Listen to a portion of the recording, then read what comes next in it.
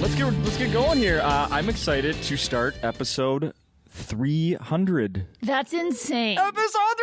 That doesn't make any sense. It doesn't make any sense. This is it, everybody. The one you've been waiting for. Episode 300 of No Laugh Track Podcast here at Acme Comedy Company. I'm Justin Severson. I have hosted 298 of these. Whoa. We had one guest host, which we'll talk about at some point later in the recording, but this is 300. Andy Erikson's here with me doing the 300th episode. It's such an honor, and I'm going to make this the best podcast yet. The other two, I think I've done two before or more. Keep going. 3? Maybe even 4. Are you kidding me? I'm not kidding. My wife asked me last night how many you've been on, and I said 3, and then I looked last night, and I think this will be 5. This will be 5. Yes. Okay, well, forget those other episodes. Yes. Well, no. But yeah, don't forget them. But yes, this will be the best, Go I'm back sure. and watch them again. In fact, I actually want... I looked back at the description of the first time we did one, Andy. It was episode 36. Okay. It was February 4th, 1984. No, 2013. Wow. February 4th, 2013, and the beginning of the description was, Justin sat down today to talk with the feature act. Yay! Andy Erikson. I was featuring in 2013. Featuring. I didn't even know that. I guess that makes sense. Yeah. And a couple things have changed since then. Yeah. Well, 2 days later, I had a birthday, February 6th. That was also mentioned in there. Yeah. It also said, and her birthday's it's her birthday week, so be sure on the 6th to wish her a happy birthday. Ah, that's Yes. so cool. So that was in there as well. Uh-huh. So cool. Now, I know you weren't lying about your birthday if you brought it up again. Yeah. Just every time anyone says anything to me, I say, it's my birthday in 2 days. It's my birthday. It's my birthday. Well, happy late birthday, happy early birthday Thanks, for you next too. year. And here we are, episode 300. I was here last night for the show. Oh, good. Had a really good time. I'm sure I told you this last time. I'm a fan of yours, so I don't miss when you're back in town. But also, my wife is an enormous Andy Erikson I love fan. your wife. Yeah, and she was. And then we ran into Tim Harmston outside or at the bar before the show, and she loves him. So it was like, Well, everybody was in heaven. It was a great night. She drew that. She drew, I think, a couple unicorns. That was my sister that did was your that. sister. Yes, Oh, that was my okay, sister. And actually, I want to ask you about that too. Yeah, let's talk about that right now. We'll get back to last night. Unicorns. Andy Erikson and unicorns go hand in hand, have for years. Yep. And about, I don't know, it was last year at some point, you were writing on Facebook that you were looking for submissions of unicorn drawings, paintings, Unicorn art. Unicorn art. Yes, unicorn art. My sister is an amazing artist. I sent her the thing, and she gave you 2 of them. Yeah. 2 different ones. So awesome. And the one, I pulled it up today just to remind myself. Do you remember which? The one looks exactly like you, Andy. Oh, yeah. She did the drawings of me, too. She did a bunch of me, like 3. Yes. It's family portraits. Family portraits. And they all look like you. I know, like it's so crazy like you. I don't know. So I will attach those to this week's episode so people can see those. But talk about what was the idea behind those and what are you doing with them now? Well, for years I've been doing unicorn reviews where I just reviewed images of unicorns on the internet. I would take it and I would just like talk about like, ooh, the texture of the unicorn's hair and like the balance and symmetry of the image and the way the colors reflected with like the horn and like the hooves. And I just would go in details if it was like an art project or or if it was like a fancy piece of art from history, and then I would give it like a rating. And spoiler alert, every unicorn gets 10 stars, like no matter what. But I decided to publish an ebook of unicorn reviews. In order to do that, I didn't want to use images I stole on the internet. I wanted images I'd have like permission to talk about. So I did that, and I got 50 images and have been reviewing them. And now I've reviewed about 30. And I'm working on like laying out the book and stuff like that, so it hasn't come out yet. But eventually there will be a unicorn book you can purchase for like a couple bucks or something of unicorn images with my reviews. There will be, for sure. Yeah. It's coming. All right, I'm going to send this. Look, there's the reminder of the pictures. Oh, yeah, the Elton John one. Yeah, the Elton John one, yes. So good. Yes. I love doing it. And it's like, there's some people who there's so many people also love unicorns. Oh, God, yeah. But I loved them before it was cool. Because now it's cool. There's unicorn cereal. There's unicorn everything. I saw you post a picture of that somewhere. That's a new legit. Current product? Yeah, unicorn cereal. You can get it at Sam's Club or on Amazon for $20 a box. What? Yeah, I didn't have a Sam's Club membership, so I was like, what am I going to do? I just saw a thing, Mr. T went on Twitter. Did you see this? And he asked, he's like, he wants to know why Mr. T cereal isn't coming back. Oh, that's a good question. It's a very good question. Well, here's what I learned, though. All cereal is bad for you. All of it. Even the healthy stuff is full of carbs. You're just eating sugar. You're just eating sugar first thing in the morning. You're supposed to be eating protein and, like, eggs or... Pizza? No, that's carbs. Oh, I'm bad at this. Which is fine, but in the morning, you're supposed to eat, like, you know, something good for you. Maybe some fruit, like legit fruit, not like, oops, all berries. Because it's like, oops, it's not berries. Sorry. Oops, fake berries. Yeah, oops, these are fake. So I'm bummed because I was eating cereal all the time, but I never felt like ready for the day. So it's more like a snack. What did you have for breakfast this morning? I had eggs and ham over at the hotel. Oh. You're making this up just to sound like you're better than everyone. No, I did. I had eggs and ham at the hotel. I made it myself. Nice. No. I woke up in time for morning breakfast. Continental breakfast? Yeah, it was continental. It was so good. It was like Canada, United States, and Mexico. Is that what they mean? I have no clue. It sounds so fancy. I usually just sleep in. It does. Yeah. You know what? I don't travel very often, but it is like, hey, it's 9:59. Yeah. We have 30 seconds to get down there. Get down here and eat the rest of these runny eggs. Yeah, for sure. Well, we have a lot to talk about here. Okay. Welcome back to town, obviously. You brought a friend to work with you. Yes. Yeah. My feature is Jolene Lunzer. She grew up in Minnesota, lived in Arizona for a little while. Now we both live in LA, and we have a podcast together. Mm-hmm. And she's back here and just killing it. And it's been really fun to bring a friend.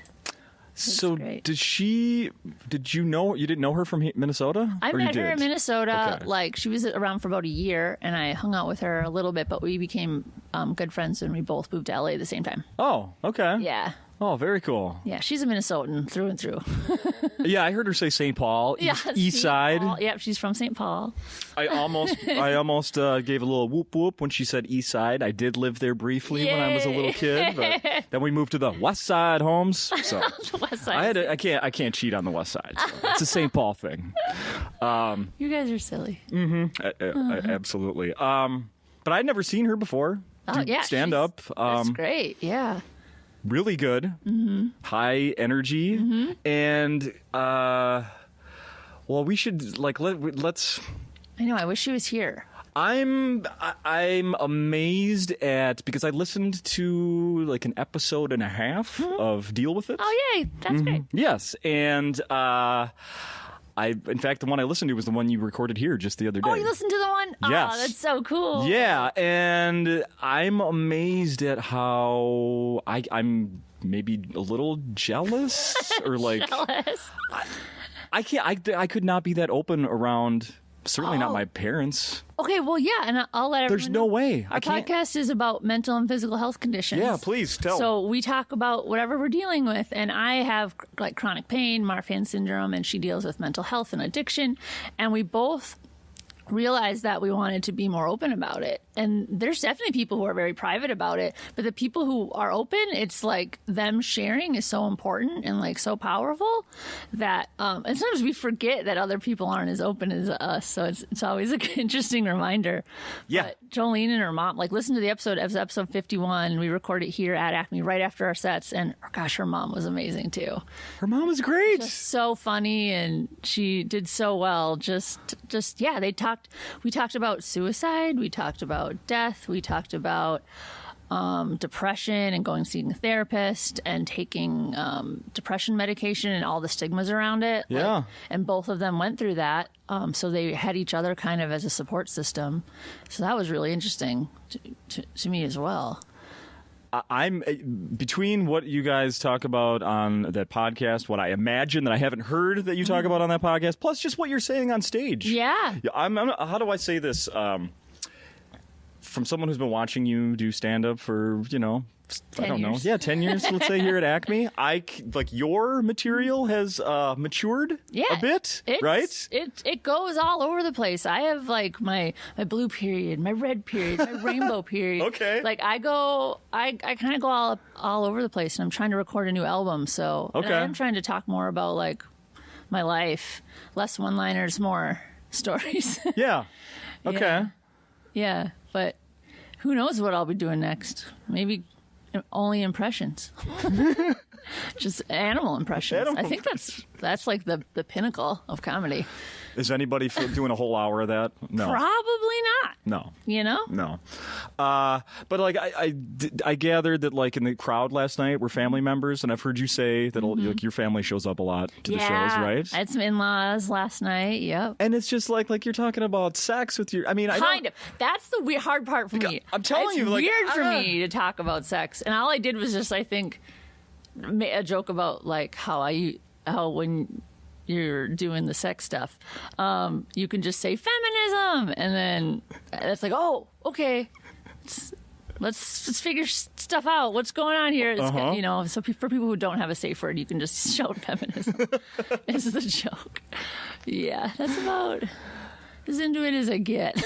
But on the podcast, I surprised myself. There are things I never thought I would talk about. And we have a vagina episode, so look into that. Yeah, that came up several times in the one I listened to. I didn't go back and listen to it. I didn't have time. Yeah. I'm not sure. I don't know how I'm going to take that if I do listen to it. Right? People, if you want to listen to my podcast, it's called the Deal With It podcast. Deal with it.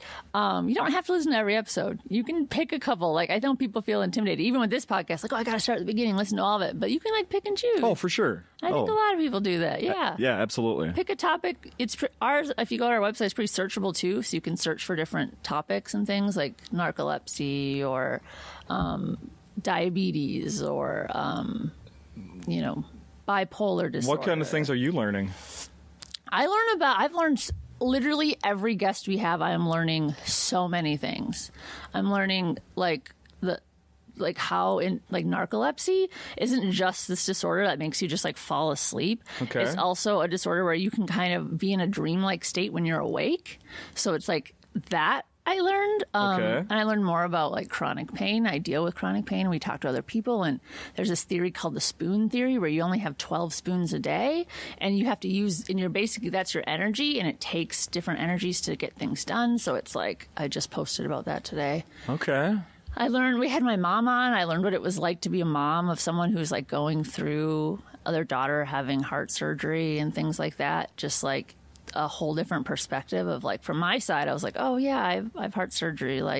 I'm kind of, it sucks to have to wear a back brace. But for my mom, she's just how much she worried about me. Had you had those conversations with your mom before? A little bit. Oh yeah, we definitely talked about it, but there were definitely some stuff that came up in the episode. I'll have to listen to it again. Yeah. But gosh, just learning about how suicide isn't this thing where we were taught in school that it's it's just something that's very shameful and something where they're doing it and they're doing it because they're selfish. Yeah. But when people commit suicide, a lot of times they think that they're doing the world a favor. In their head, they're thinking oh, the world would be better off without me. Yeah. And it's oh, it just hits and sinks in that it's just such a mental illness is such a complicated illness. Oh, for sure. Yeah, and it's just. And so many people are struggling with it. And it's the more and more people you get who are talking about it, that's what we're hoping. Yeah. That more people will be aware. And every time celebrities are dying left and right of suicide and it's overdoses. insane. And yeah. Yeah, it's forcing. We do this thing every week at my house now. I have two daughters. I'm not with them full time because I'm divorced from their mom. So when I have them on, I don't have them every weekend when the Sunday paper comes out. However, I do have them every Monday. The Sunday paper, the Pioneer Press here, posts a quiz, a weekly news. It's a newsworthy quiz. It's 10 questions of just kind of pop culture, political, just current event questions. Okay. Every week I do them with my family, That's with my wife and 2 awesome. daughters. Yeah. However, it brings up like everything that's in the news. Yeah. Like the happy stuff. And, like, and there's questions about the royal wedding a month ago, and then Who there's also died questions this about, week? like Anthony Bourdain and like Yeah. then I'm having a short suicide talk with my children, which is kind of weird, but that's good that you're doing that and talking about it, because a lot of times we just got that information from health class, and in health class it's just one teacher, 30 students. You don't really get one-on-one to just talk and be like. Plus I had a shitty one. I don't know if you did. Oh God, yeah. Oh yeah. It was. I mean, I was like, it wasn't fun, but like, I guess health class shouldn't be fun. No, right? But like, come on, let's play some games or something. Not these like scary movies about how mushrooms are going to kill you. Right. How about like a blank model of the body and we have to put the pieces like where they fit? That would be so fun. We can blindfold, spin around. Hey, when I was looking, I was scouring the internet, and I found something that actually ties into your podcast. I don't know. Cool. This was from. I think it was from earlier this week. Okay. And the reason this caught my eye is because you did an episode where somebody talked about video game addiction. Yeah. The World Health Organization has officially classified video game addiction as a mental health condition for the first time ever. Did you know that? I did not know that. Yeah. That's great. They're calling it gaming disorder. And it's included in the 11th edition of their International Classification of Diseases. That gives the addiction a significant boost in credibility. It could help make it easier for people who have it to get the proper treatment. Yeah. Some psychologists aren't convinced it should be considered on the same level as other addictions like drugs or even gambling, because they say video game addiction rarely stands alone. It's usually a side effect of anxiety or depression. I kind of see that because when I play video games, I don't feel anxious. And it's just like you can just, when I'm like, need to just refresh, I'll just play a video game, and I use it as like a reward for things like oh, I did all of my homework this week, I can play video games. But then I'm like playing Candy Crush, and that game I'm spending money. It's essentially gambling because you're just like spending all this money to win. And I played like 8 hours straight, and then I would be like, oh, I haven't gone to the bathroom and I'm really hungry. Oh my God, Andy! So yeah, like I had to delete it from my phone, and that was just a few weeks ago, or when we were doing the episode, like a couple months ago. Yeah. Okay. And I know a lot of people who come home and that's all they do. They play on their phone, and it's like your life's just slipping away. Yeah. It's like you're never going to be like, oh, I wish I would have played more Candy Crush. Like you're never going to. No shit, right? Yeah. But after we did that episode, I played more video games. It did not help me to be aware of it. What'd you do? Switch to something else? Yeah, I just played more. Like I downloaded more games, and like the episode and like talking about it just made me want to play more. So don't listen to that episode. Oh no, because you'll just want to play video games. Okay. But yeah, Jolene's husband had video game addiction. Where is that who it was? Okay. Chell, and he was just playing and he had like a whole life, and he had like he was married in a video game before. And Jolene was like, what? Oh boy. She's like, yep, they had a ceremony and everything, and she was like, who is this bitch? Yeah, I had a roommate once. One of the last times I had a roommate, it was that was it World of Warcraft, or was it a different one around that same time, where I would go to bed, let's say like midnight, get up and go to work. That was when I was working morning radio, so I'd get up really early, go to work. He would still be up playing. Yep. I'd come home from that job at noon or 1 o'clock. He's still playing. Yeah. Like, dude. No, and dude, we ended up. It got to the point where it kept him from getting another job. Oh, absolutely. We ended up going around to pawn shops and selling all of his stuff, basically, to pay his part of the rent. Otherwise, we were both going to get evicted. Yeah. Major issue. Yeah. And a good friend of mine, like one of my best buddies. Well, yeah, and that's like people come home and they play, like if they got kids, they ignore their kids. Like they're playing video games. Like you see it in TV shows all the time. Like the dad comes home and just like plays, and women as well, but I don't know, you just see a lot of dudes doing it too. But it's like they need help. Like there needs to be a way to like to distance yourself from the gaming. So I hope they have treatment centers and stuff like that, and Because, like, that's what I worry about. Like, am I going to look back and be like, why did I spend so much time playing Farm Town? Like, I was looking at Instagram today, and didn't I see that you and your husband went to a video game place last night? Yeah, we went to play video games last night. We went to Up Down. We got done with the show. We were there till like 1 a.m. You stop it, okay? I'm done. I'm not addicted. I don't have a problem. Just because there was alcohol being served there. You were just there to keep an eye on Alex and make sure he didn't get out of control, right? See, but at least that's social. I left the house. I think that's fine. Go to an arcade. Seriously, I think that's cool. No, I'm jealous. I haven't done that yet. Only play video games at arcades. Then you're good. Fair enough. But you know what? Now I want to know, what game did you switch to from Candy Crush? Right now I'm playing Pokemon Quest. I just downloaded it today.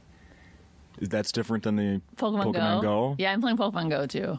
But it's like so fun. But whatever, I only played like 2 hours today. I still have a job. I don't drink anymore. I haven't had a drink in 330 days. Oh, there you go. Yeah, I'm seeing how long I can go. Okay, just for the heck of it? Yeah, and also just for better my life. Like, I couldn't say no. Like, so I wasn't the type of person who was like binging, at least at this point in my life. Obviously, up until like 27 or whatever, I was getting hammered, a bunch. Just kidding, Mom. But like, I couldn't say no. So then I would have one or two, and then I always got sick, no matter how much I had. Just 1 drink, 2 drinks, I always felt shitty, and I kept drinking. But then being able to just say none at all has been amazing. I can just say none. And it's so great. Like weddings, I don't have to worry about the next day feeling crappy. Mm-hmm. Like, parties with my family, like reunions, stuff like that. And trips, like I'm saving so much money. So much money. I'm saving the club here all week. So much money. You have no idea all the Red Bulls I'm not having. You didn't turn your phone off. You know what's really funny? Do you need to answer it? No, actually, I just did answer it on accident. But you know what's really funny? You know what that was? That was my courtesy call from a pharmacy saying my Zoloft is in. No way! Yes. So want to tie everything together? What? Yeah, you're Zoloft. Swear to God. So, but are you open about that? Do you talk about I've mentioned it on this podcast before. Yeah. That's great. Yeah, so that's my... the pharmacy. And it's total bullshit because we already went through the drive-thru at this pharmacy last night to pick up some stuff for my wife. I had reordered my prescription, but when I called the phone line thing to do the automated deal, it was like, oh, well, would you like to get a 90-day prescription? Yeah, they asked me to do that too. Would you like to get 90 days instead? And I thought, well, yeah, why not? Yeah, absolutely. Just my copay will be ×3, just, this one time, and then it's, whatever, that's fine. Yeah. Well, because of that, they needed to contact the doctor and get an okay. Sure, So we were already there last night, and my pills weren't ready. Now they're ready. So I guess that's good. Well, mine, I get text messages, and I love it. I get texts that say, like, hey, would you like us to refill this prescription? And I just do it all through texts. Well, I also have that email thing that the same, except that about 2 weeks ago, I did hit yes, refill it. Then I never went to go pick it up. So they canceled it and put it back. Oh, mine keeps texting me, hey, it's ready. Hey, it's ready. You have 10 they days did to too. Pick it up. Yeah, I waited too long. Come on, dude. I know. I do that too. I didn't run out of pills, though. See, I know. And if you run out of pills, you can still go there and they can quick fill it. Yeah. But, like, it is a hassle. Like, I hate it. I hate taking medicine. Like, my whole life revolves around it. Like, if I forget in the morning, then I have my blood. I have to worry about my heart all day. If I forget at night, it's like, and like, I wish I could just go to a friend's house and, like, pass out. Like, no, I have to go home. I have to take my medicine. Yeah. It's like, what do you do to keep track? I can tell if I don't take it because my body, I can just physically tell. Okay. So, which is nice. Yeah. But I just always take it every night. I just always take it. So I've been doing it since I was 2. Yeah. But yeah, it's just not fun. But yeah, I'm really good at taking the Zoloft. I do it before bed. That's good. Yeah, I do it before bed too. In the morning, I wake up to the different times all the time. I can't remember. And I will say, because I'm not, I don't totally not drink. That's a weird sentence. I drink occasionally. Okay. Not too much tonight. Like after we do this, I'm gonna go play beer league softball. Cool. I'll have some beers tonight. Okay, cool. Yeah. This weekend, my kids will be with us. I'm sure I won't have any beer at all. Yeah. I just won't. However, there was a time maybe like 6-7 years ago where I was drinking significantly more, and that was a time where I would be drinking and all of a sudden forget to take the Zoloft. Oh, yeah. And then forget the next morning to take it, and then like midday the next day, I'm starting to have those little like like lightning strikes in my head, like I know. I wish I could just get it in like something injected in my skin and just took it for me. Yeah, right?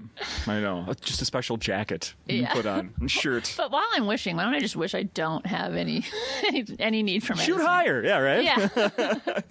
Don't settle on your wishes. Yeah. What am I doing? I'm shooting really low on my wishes. Yeah. So anyway, that whole conversation just started because you said you don't drink anymore. All right, well, that's good. Saving money.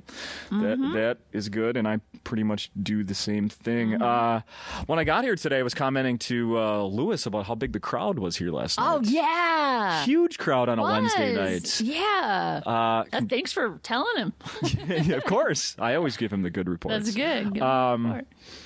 I'm sure a few of those people were here for the contest last night, which people. I will say that both contestants pretty strong last night. Yeah, that's great. I don't remember. What was you did the contest, right? I think in 2008 I did the contest. Yeah. And I got second place. You got second place. Okay. Yes. Yeah, I was driving over here. I'm like, I don't think she won. No. You did get second. Yeah. Yeah. It was fun. Like, it's all everyone, when you start out, it's all you talk about. It's like, the Acme contest. Like, I want to do good. And, like, you can't get paid. So you're, like, turning down money and you're feeling like a big shot. Being like, yeah, I'll do the contest and I'll win it and I'll get to work at Acme. And I didn't win, but I still got to work here. So I'll take it. I think it worked out. Yeah, it worked out. I think it worked out. How long has it been now since you moved out of town? 4.5 years. Jeez. Yeah, but I'm back all the time. Yeah. Like, I'm back 5-6 times a year at least. Coming back doing corporates and colleges. And do you like, maybe you don't even have an opinion on this, but do you like Minnesota more not living here? Or honestly, do you miss it incredibly? love Minnesota, and what I do love is like when I come home in the winter and I get like 1 week of winter and I'm like, ooh, winter, it's so fun and so pretty. Bye. Enjoy it. I'll leave it here with you. This is so pretty. And everyone's like, oh, I have to scrape off the ice on my car. My car that won't start because it's so cold. Yeah. But it's weird. I noticed it was like maybe like a year ago when I was like, oh, LA is my home. Like, I was like, that's so weird. Like, been here for 4 years. I was like, wow. Like, I know the streets and like I know the neighborhood. Yeah. It's nice. It's nice having another home. I like that. Right on.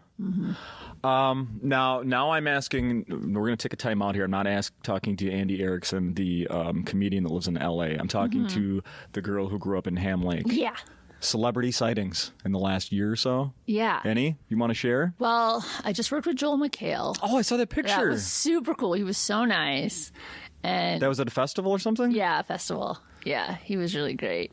And then like Nikki Glazer, I'm friends with her, and she's blowing up, which is so cool. Yeah, she's awesome. And yes, I've been hearing on podcasts and whatnot about the secret relationship she had with Pete Lee.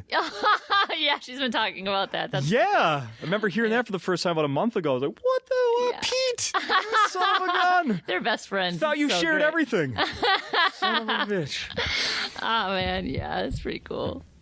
And Tom Segura, he's like fucking blowing up. Yes. He has been. Like, he's been exploding for years, but it's like, it's so cool because like I worked with him here. Yeah, right?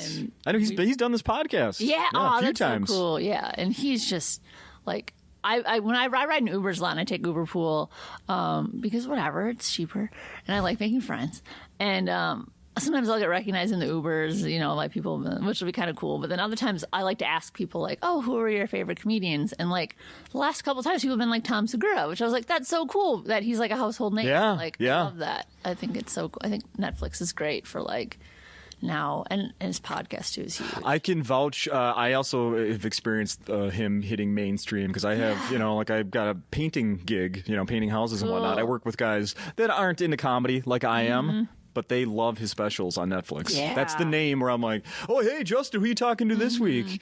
And I'll say who, and they're like, what did they, what would I know them? Yeah, I'm like, well, who else have you had anybody, you know, people that aren't even close to big comedy fans only know like 5 names. Oh, my God. No one knows anybody. Right? It's like they know like, oh, Dave Chappelle, Yeah, it might even be less than 5. It might be 2 these days.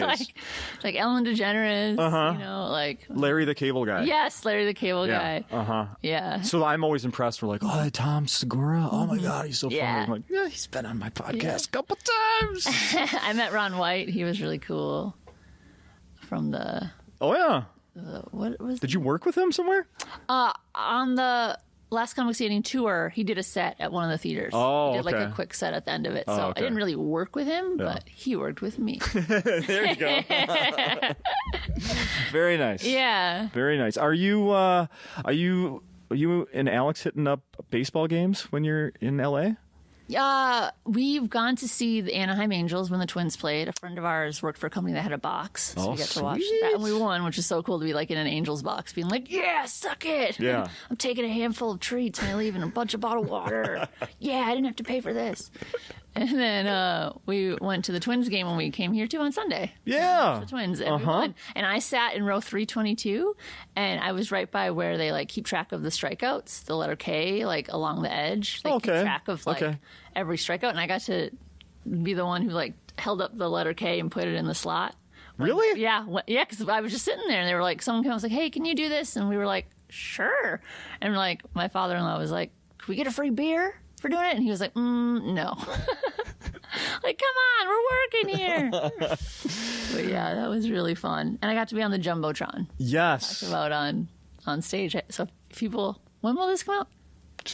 Possibly before they come and see your show, or possibly after, yeah. Oh, yeah. Well, if you ever come see me, well, now I have a new joke about the Jumbotron. Being on the Jumbotron. Yeah. So cool. Yeah. We went to a Twins game last year. My daughter's school choir got to sing the 7th inning stretch. No way. Yeah. That's so cool. And they were, the kids were like all so excited. And then, okay, it's this middle of the 6th. We better start heading down there and get ready.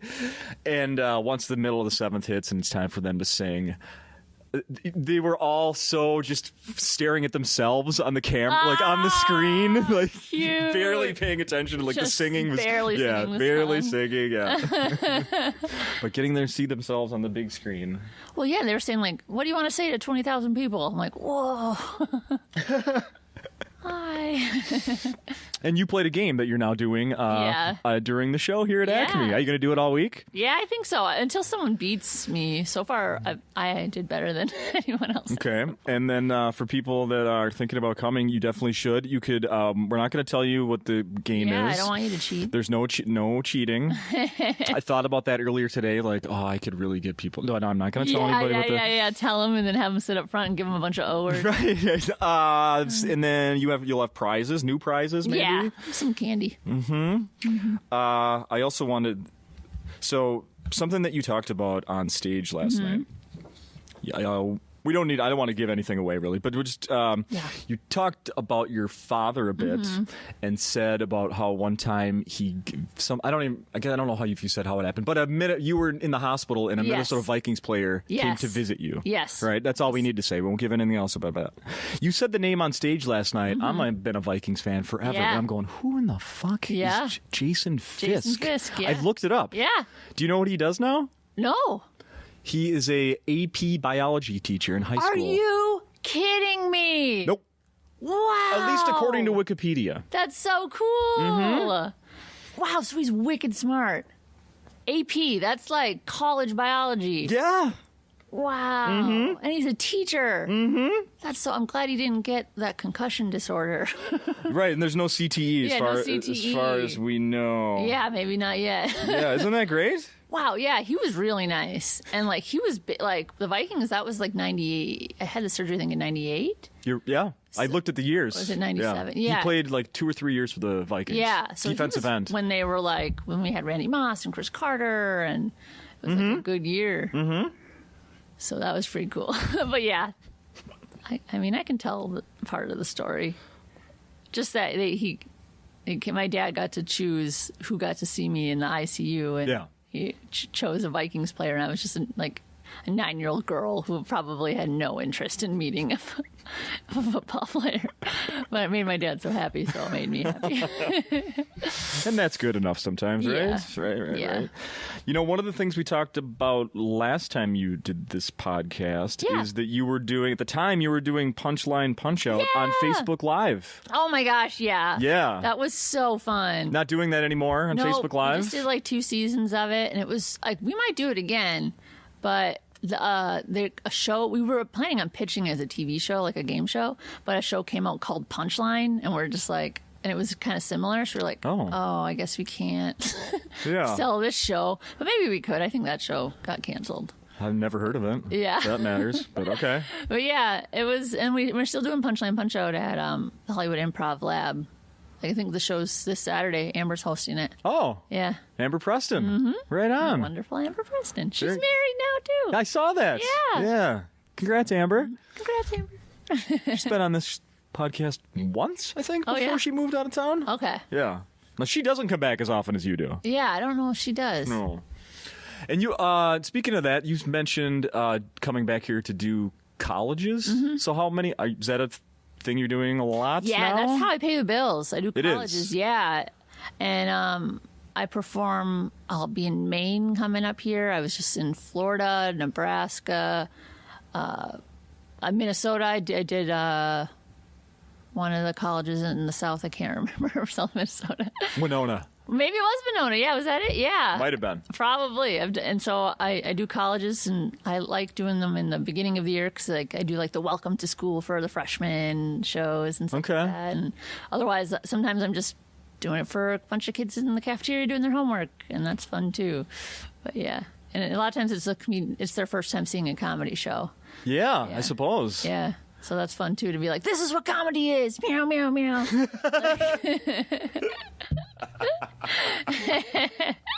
I'm your favorite comedian. Ha. If you see anyone else making people laugh, that's not comedy. Yeah, this is comedy. This is comedy. Focus on the animal sounds, preferably. Yep, full circle. Oh, that's great. Well, speaking of that, there's something happening at Acme. By the time people hear this, it'll be over, but yeah, tonight. The high school seniors? Yeah, they're getting high school kids in here. They're teaching them young. The comedy is awesome. So you're going to do a little Q&A with them. That's before the show tonight? Yeah, before the show. Do you have any idea what to expect? If it's similar to college, then they're going to be very, like, sweet and nervous, and there's gonna be one of them who's like super outgoing and loud and like wants attention and like thinks they're already a comedian, and then there's gonna be a couple who are just so excited. And yeah, I don't know what they're gonna ask. I kind of wish I had the questions beforehand. Yeah, right. They're just like, how much do you get paid? Like, be quiet. $5. Go to bed. It's past your bedtime. What are you doing up? I'll just lecture them. Did you see that article that came out, the Hollywood Reporter thing about they followed an agent around, and he was like, "Oh yeah, people new to L.A. doing comedy, they're making $1,200 to $2,500 a week." What does that even mean? New to L.A.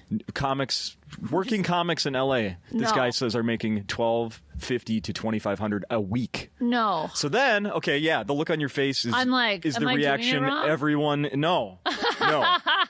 It's interesting you didn't see this. Yeah. Yeah. Wow. Was it on a week and a half ago? I didn't do a podcast last week, so I didn't bring it up to everybody. So I've just been holding on to this one. Yeah, let's talk about it. Yeah, but like they interviewed, they did a follow up and went to people like Lori Kilmartin, who will be here at Acme next week, and she's going, "Yeah, no, if I outed some of the clubs and what they pay me, they wouldn't bring me back. Like, no, I can't even say how little it is at some places." I've headlined rooms and you get a meal or nothing. That's what they're saying. They're saying, "Oh yeah, but I might, if I do a set somewhere, I might get $20. I might get a beer or a drink. Yeah. I might get enough money to buy myself a burger on the way home. Like a lot of times, it's nothing. It's just the stage time is what I'm getting paid with." Well, yeah, and like I remember the big thing was like when you're doing a showcase set at Meltdown Comics, which isn't around anymore, but you got $40 in credit at the comic book store, and that was like a big deal. That like everyone got $40 because like, you don't get paid to do showcases. You just don't. Oh well, at like the Improv Lab, they toss everyone like a portion of the door, so you get like a little bit there. That might even been mentioned. What the place you just? I think that was in the article. Yeah. So, but it's not standard to pay. And honestly, it's so weird that I think I've just been programmed to not even expect it or care. like we probably could strike, but then no, there's too many comedians who would just fill our places. Like, people would do it for free. Right, so right. It's not really good capitalism. Capitalism doesn't work for comedy. But, and it's not a secret. Many of my guests on this show and other places, comedians say, the colleges pay well. Colleges pay great, yeah. And you can kind of decide your rate. Like, if you have a lower rate, you can maybe do more colleges, but making a little bit less. You can make your rate a little bit higher and possibly do less colleges, but, like, get more bang for your buck for, like, one day. Yeah. Get a couple grand. There was a thing, didn't I see Brian Miller posted something a few weeks ago about... he posted that, so about don't take less than blank. Yeah. Right? Yeah. What do you think about something like that? Like, if we could all agree to not take lower than whatever. Yeah. Well, it's good to definitely let people know. Like, I share with other comics how much I make on, like, different gigs, and when I'm taking a gig, I call around and ask how much do they pay you, because I want to know that I'm not getting undercut. Yeah, and it's great. And like, and women too, we're trying to help each other out because we don't want to get paid less than men. So like, I'm just calling around and and maybe they're not allowed to share it, but like, who gives a fuck? Like, we need to talk.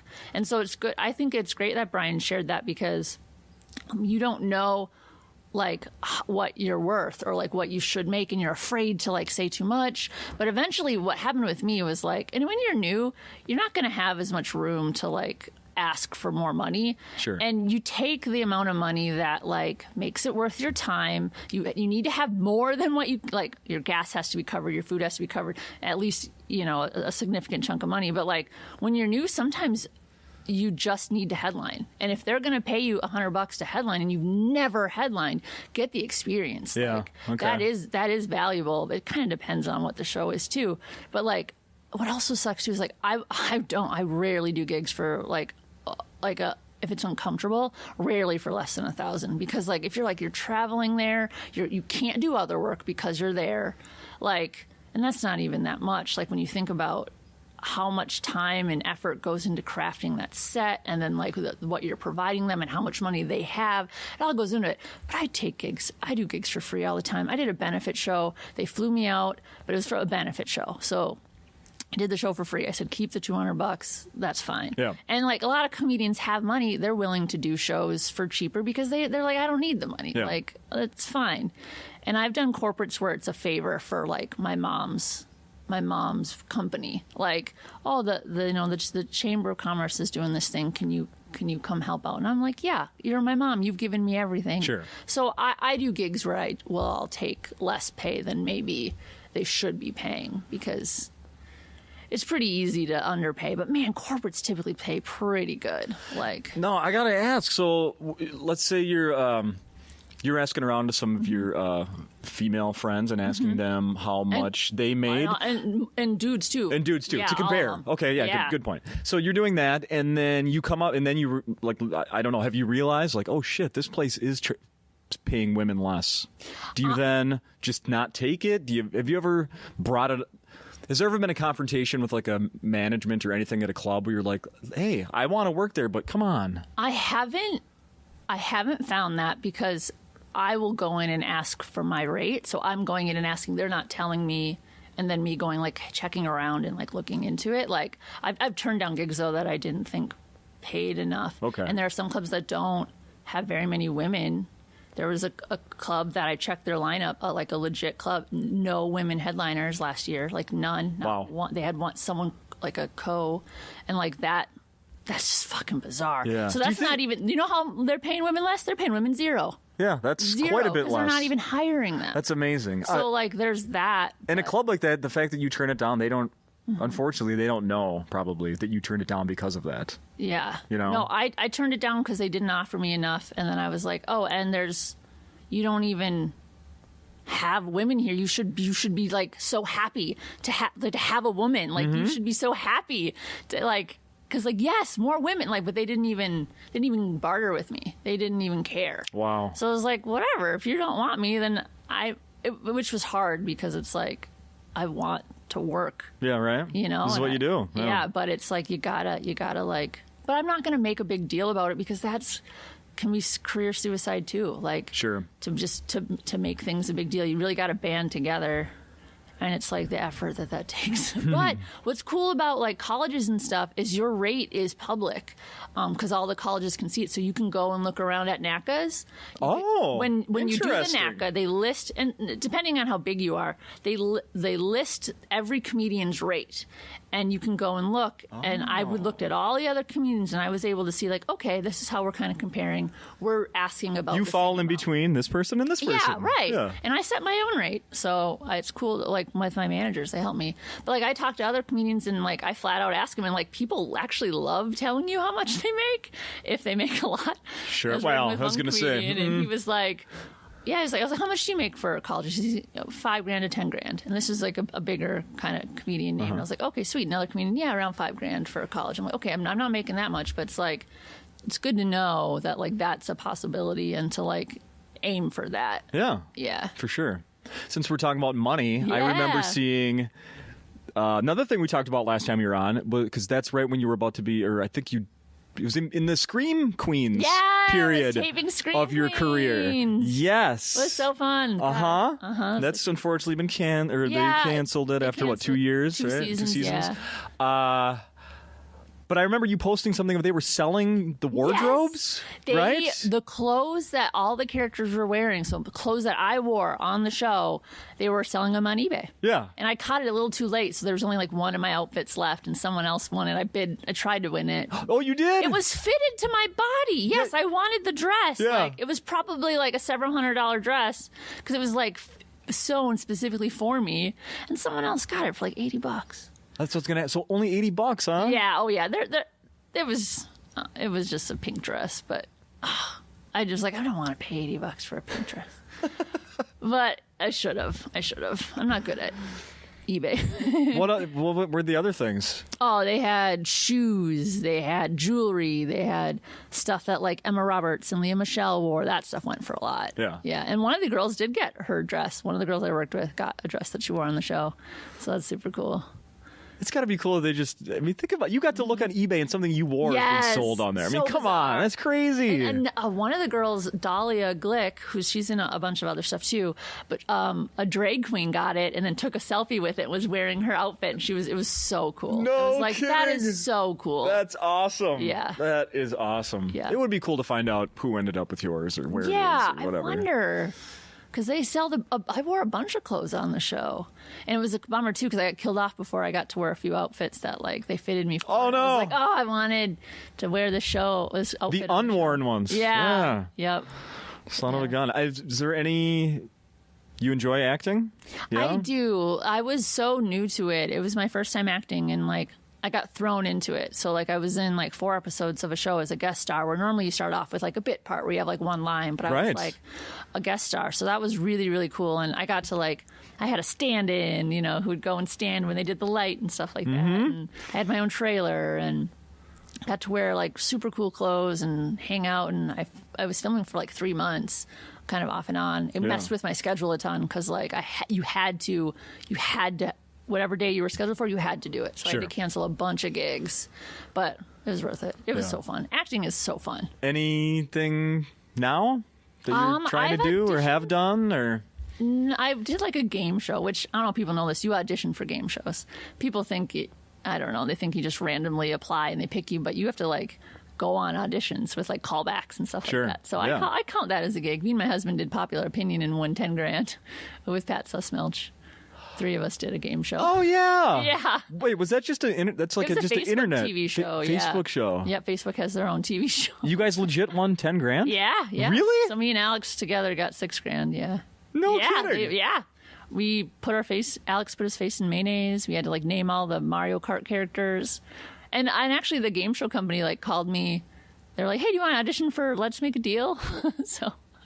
So I'm going to audition for that. Oh, that's still going to happen, you're saying? Yeah, I'm doing that when I get back. We're going on an audition. So I'm not acting, but I'm like winning prizes, which is way cooler. You are on some kind of a run winning prizes with the Twins game and the... Yeah! Yeah, let's hope that leads you to let's make a deal. I know. So keep an eye out. But no, I've acted in my own like little things, like a little web series. We're submitting that around still, so we haven't shared it yet. And I'm writing a lot. I'm writing like TV shows and trying to get hired on like a TV show or a writer and stuff like that. That's my main goal. Okay. Is get hired as a TV writer or write for like Conan or Late Night or something like that, and then like do colleges kind of. You should. It's probably something you want to look at today, or maybe you did this morning. There's some article I just glanced over real quickly. It was a thing about 4 women that are working right now as writers on late night shows. That's great. Yeah. Like Lori Kilmartin. It wasn't her. No, she wasn't included. But yeah, she's one of them. Yeah. Yeah. Like one of the, I don't remember any of the women's names. One of them writes for like The Daily Show, another one for that Jordan Klepper show that's on afterwards. Cool, yeah. Cool. Mm-hmm. Yeah. Like there's a push initiative to get more women hired in late night and stuff like that. And I know a lot of women who like are working really hard. Like, man, it would be amazing. To write for. I've complimented you many times on the jokes you put out on Twitter. Very funny. Thank you. How are you using social media these days? Well, I'm trying to get into Instagram more because like that's what everyone seems to be using, and the kids and stuff. But am I wrong that it's not Twitter anymore? It's not. Yeah, like there still is like people on Twitter, and I still love it. Like now I do too, but. It's not, but Twitter never was really that big. Like there was a time when it kind of was, but it was never. People still didn't understand it. I guess not. I don't know. It's it's definitely Instagram. People now are screenshotting their tweets and putting them on Instagram. So I think that's what I need to do. Yeah, I've seen that. Like Mike Kaplan, who is so funny. Oh yeah, so funny. They're like, yeah, his tweets don't get a ton of attention from what I've seen. Then he does a screenshot, puts it on Instagram, and it blows up. Yeah, blows up. Yeah, I need to do that. I've seen people do that. But yeah. So I just mentioned Mike Kaplan. You have any names, the people you love to follow? Mary Mack. Yes. Tim Harmston. Never heard of him. Ryman.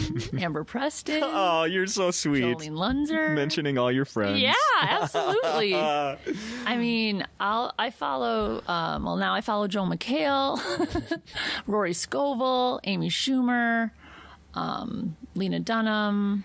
Yeah, and I've been doing a thing too where I'm like reading comedy biographies. So I'm trying to get into like, they're so interesting. I just read Amy Poehler's and like. Okay. Did you like it? Yeah, I did. I loved it. And Tina Fey's. They're just like, they're just these normal people. These normal, cool people who like worked really hard and followed their dreams. And Ken Jennings just wrote a book about comedy. I saw that. And it's about like the history of comedy. Mm-hmm. It looks really, from what I've read about it, looks really interesting. I'll have to check that out. I think I like put a hold on it at the library. Ebook. I do the ebook. Oh yeah. Yeah. I do too sometimes. That's so cool. Mm-hmm. Yeah, and I love Jeopardy too, so that's gonna be perfect.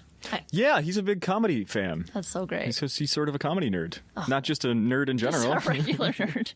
He's an all-around nerd, continental nerd. I think that's what you call that. Yeah, I'll have to check that out. They're something I do every once in a while with guests is I'll look up their home city, like or state or city. Yep. If they're not from here, I'll like Google their state for news and just see like what if there's some stupid story. Yeah. Or like for you, I Googled Ham Lake. Yep. News to see if anything like was interesting news? came up. Well, this one does not have a sad ending like you think it would. Okay. I'm just going to preface it with that because it's about a drunk driver. Ooh, but no one was hurt. Okay, good. Okay, no one was hurt. Let's put that out there right now.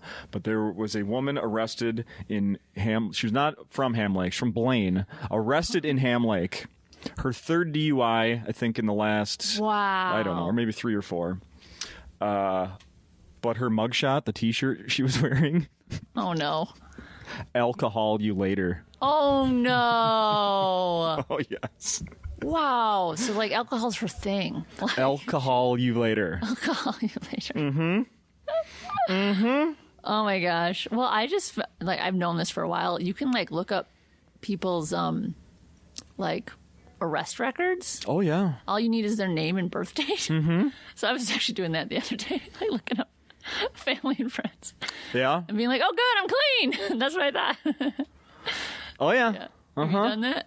Yeah. Yeah. Mm-hmm. Yeah, I mean, I guess you're just not supposed to like use it against them or something. I don't know what the rule is. It's like you can't use this to not hire someone or blah blah blah. But like, I just wanted to see what my friends are up to. Yeah, unfortunately, I saw it once where I started dating someone, and the last girl that I was dating looked the new one up online and looked for the mugshot and found one, and then made a fake profile on Facebook using that as her picture. Oh, you can't do that.